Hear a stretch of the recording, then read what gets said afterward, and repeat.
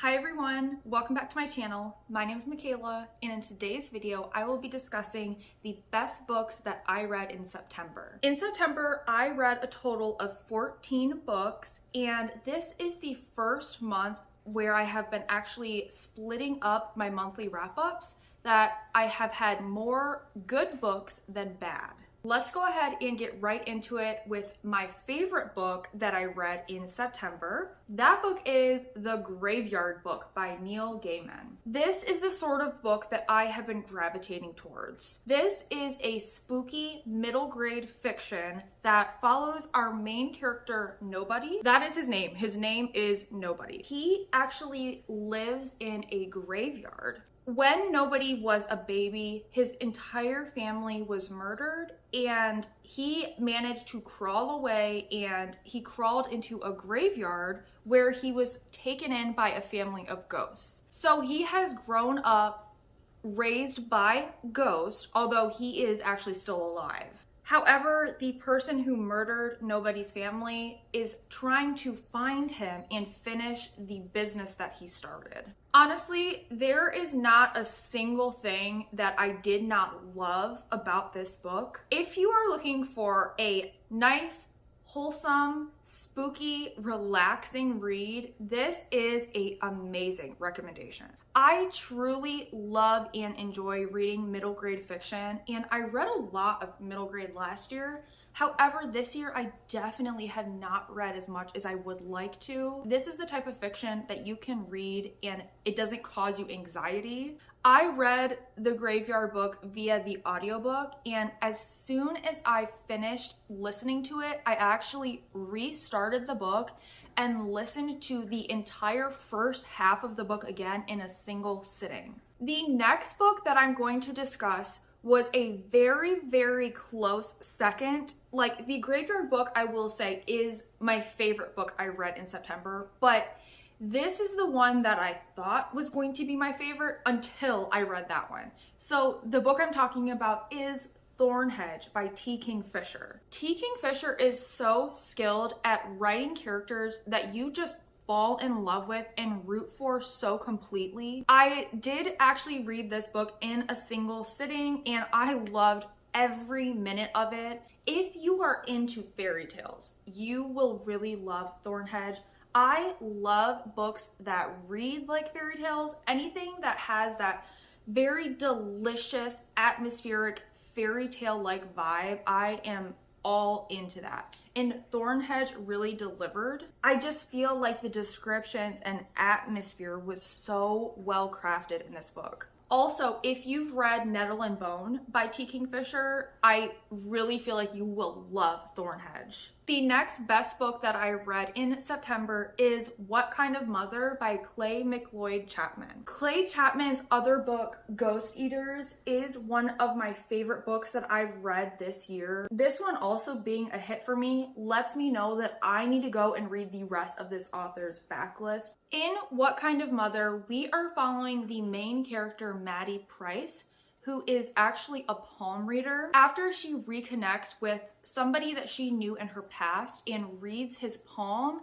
she gets visions of his son who went missing as an infant. Maddie then begins following the visions that she has of his infant son to try to recover what happened to him. And the book just gets crazy from there. I don't want to give you any more information on it because I really think you need to go into this one a little bit blind. This book to me really almost felt like two separate stories. The first half of this book genuinely felt more like a thriller to me. However, once we get into part 2 of this book, pretty much from 50% on to the end, that's when this becomes a horror. The second half of this book is so much more interesting, and I definitely think if you are struggling with this book, keep going and just give it time, because the second half really just takes off. It felt like such a fever dream, those last 50 pages to the end. I feel like this author is so skilled at writing very complex characters and really coming through with strong character development. I found the characters in this book to be very easy to connect to and root for. I really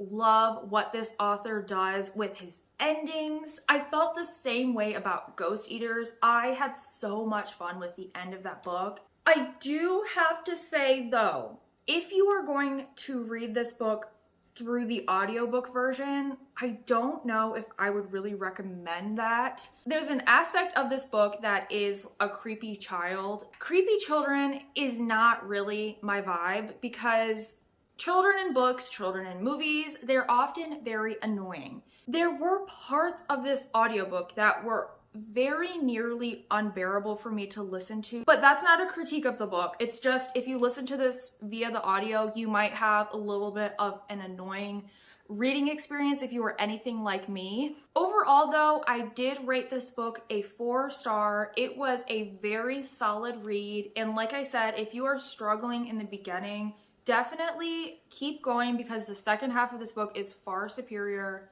and it was wild. The next best book I read in September was The 𝚲𝚃 Mystery by Agatha Christie. And I have to say, I think that this is my favorite Agatha Christie book that I've read yet. The way that the mystery takes off in this book and the way that the murder is revealed really hooked me and got my attention. And that's something I think that I've been struggling with in some of the Agatha Christie's I've read, is that sometimes her characters, they're not easy to differentiate. We'll have a super large cast of characters that are all suspects and they don't stand apart from one another, so it's hard for me to keep them straight in my head.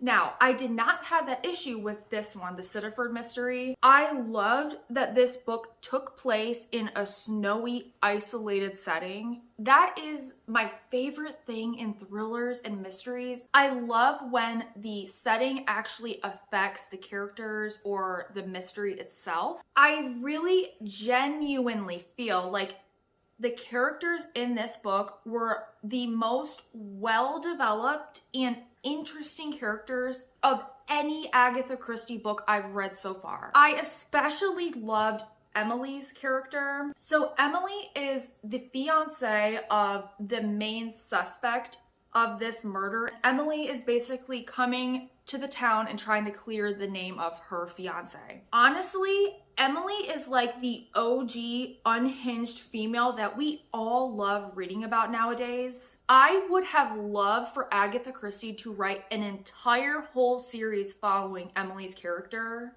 Now, this wasn't a full 5-star for me because this one does have that sexism that is ever typical in Agatha Christie's books. I feel like I have to say this in every single video that I talk about Agatha Christie, and because if I don't, I will inevitably have somebody telling me in the comments that this book is sexist or racist because it was written in a different time and there was different beliefs back then, blah blah blah. I realize that and I acknowledge that this book was written in a very different time than we are living in today.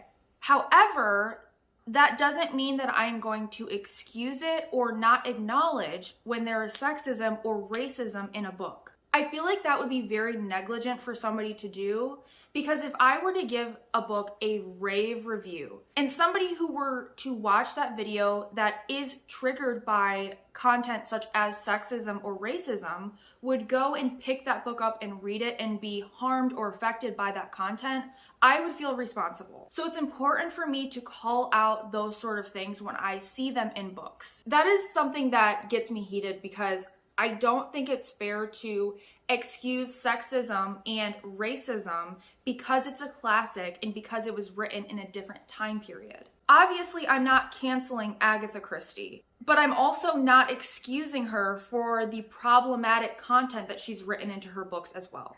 For example, there's a line in this book that says, "What was the good of a woman if she didn't look like a woman?" There's a lot of times I've noticed in Agatha Christie's writing where the narrative will shame the female characters if they don't portray themselves with femininity. And that was pretty much what this character was thinking in that moment. Obviously, that's not okay. That's not an okay sentiment, and I'm acknowledging it in this video because it's important to me. Why do I have to say that? I have to say that because if I don't, somebody will tell me in the comments that this was written in a different time period, so it's okay for it to have sexism and racism. Let's not get heated, okay? Because I did genuinely enjoy this book. Like I said, this is my favorite Agatha Christie book I have read yet. If I'm gonna recommend you any Agatha Christie, I would recommend this one over any of the ones I've read so far. Moving on. Whew. The next book that I am going to speak about in this video is 𝙲𝙾𝙽𝙃 by Shirley Jackson. Now, I am on a mission, I am on a journey to read all of Shirley Jackson's backlist. She is one of my new all-time favorite authors. Has she dethroned Rachel Harrison yet? I don't know. They might be on the same pedestal for me, but I have genuinely enjoyed every Shirley Jackson book I have read so far. I listened to 𝙲𝙾𝙽𝙃 via the audiobook, and I don't know if this was the right book to listen to through audio. I have since purchased a physical copy of this book, and I do definitely plan on rereading the physical copy because I know I will get a lot more out of it reading it that way. I went into 𝙲𝙾𝙽𝙃 expecting something a little bit similar to The Haunting of Hill House or We Have Always Lived in the Castle.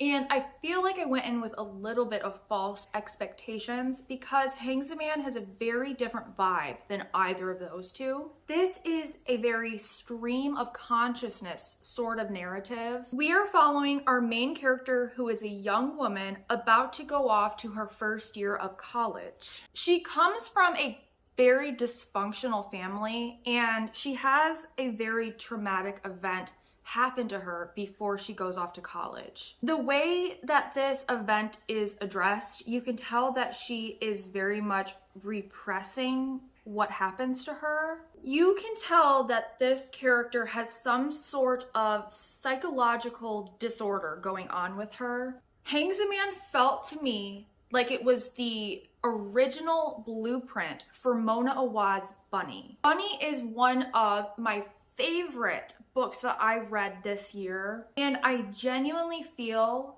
like it draws a lot of inspirations from 𝙲𝙾𝙃. The difference to me is that Bunny is a very propulsive, explosive sort of book, and this is a much quieter, simmering sort of narrative.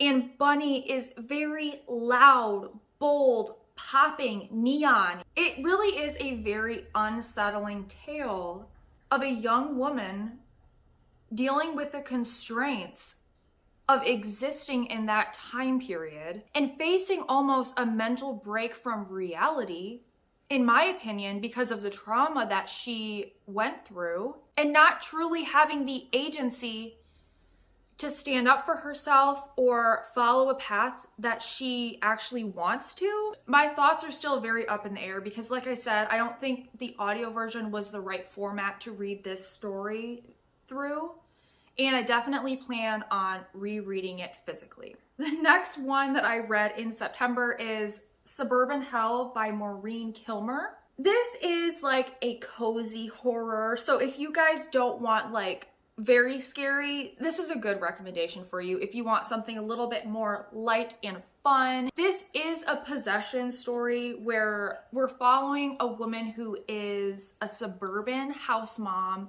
who pretty much gets possessed, and her friends are trying to figure out what's happened to their friend and why is she acting like this, and figure out pretty much how to save her. It was very, very interesting watching this very prim and proper main character start going just off the rails. This was a 3-star for me though, because it was pretty cheesy at times. I don't know if I can really say that as a critique though, because I feel like the author was trying to play into that, and that was almost her intent with this sort of book.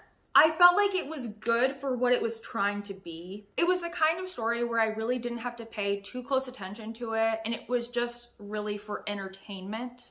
The last sentence of this book was very cheesy. I wrote it down in my Goodreads review because it kind of made me cringe a little bit.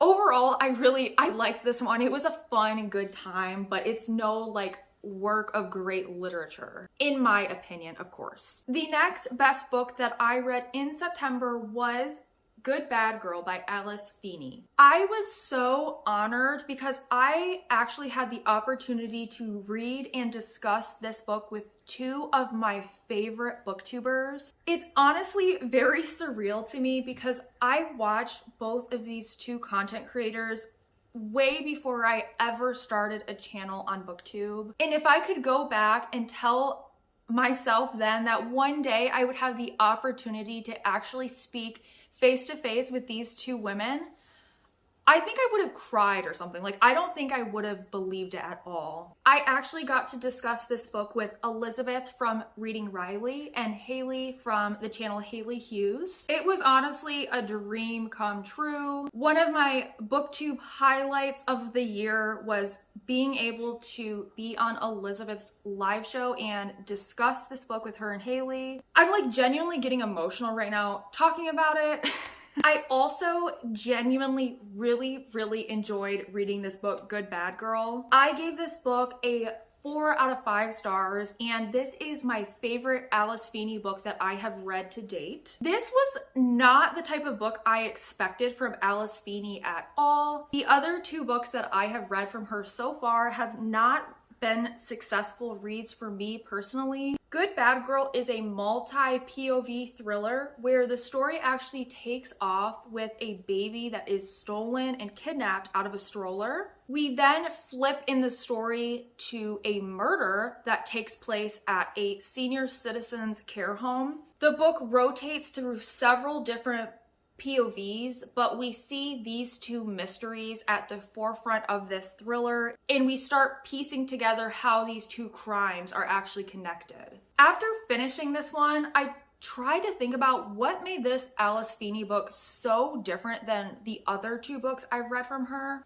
And I think it's the fact that 𝚲𝙃𝙃𝙃𝙃 and the mystery of it does not revolve around a marriage or drama surrounding a romantic relationship. This book focuses on the familial relationships between mothers and daughters. That is something I love reading about in fiction. I love reading about the relationships between women, whether that be mothers and daughters, sisters, best friends. I just love reading about the bonds that women have between one another, and I'm really exhausted with reading about romantic relationships. So this book totally delivered on the sort of thing that I enjoy reading about. I think if you are generally a fan of 𝚲𝙾𝙽𝙃𝙃𝙃𝙃, you may find yourself being let down by this one because it's not as twisty and dark as her books typically are, but it totally worked for me. It's the type of thing that I enjoy reading about, and I really loved a few of the characters in this book. The final best book that I read in September is The Death I Gave Him by M.X. Liu.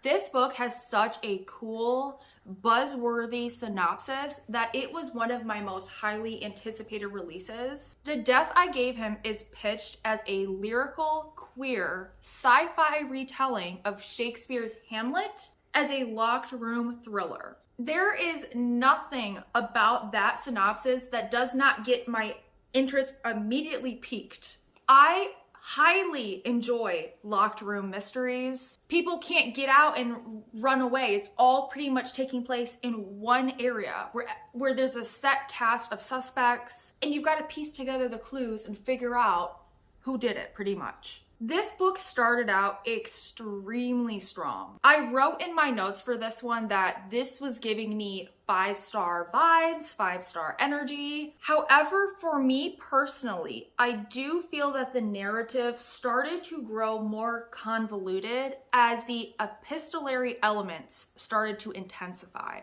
If you don't know, an epistolary novel is a work of literature that is told through a collection of letters. The Death I Gave Him is not exclusively told through letters, so I guess we would call this more mixed media. Yeah, it's definitely mixed media because we have interviews, we have excerpts, footnotes, all sorts of little epistolary-esque things in this book. I don't think we needed all of them. I started to get pretty confused. It started to get very dense for me. I also, lastly, I want to add that I feel like it's a little bit odd to call this a queer romance. Like in that pitch I gave you, right? I think to call this book queer is a little bit of a reach. You can't call that queer. How? It's not... I want to say it, but I don't want to give a spoiler. Okay, how about we do a spoiler section? I hate doing that in wrap-up videos. I really do. But I'll do a little spoiler section in case you're interested and you don't care about hearing this spoiler. It's very mild, okay? I mean, okay, here's a timestamp of where you can skip to if you do not want to hear this spoiler. Okay, unless I missed something, okay? And that's totally possible because, like I said, as the book started to go on, it started to get a little bit confusing for me. Is the queer aspect in that tagline referring to the relationship between the main character Hayden and the AI voice of the research facility Horatio? How can you call this a queer romance if that is between a human and an artificial intelligence? Like that, he's not a human being. He's not a person. He's a computer. He's an AI.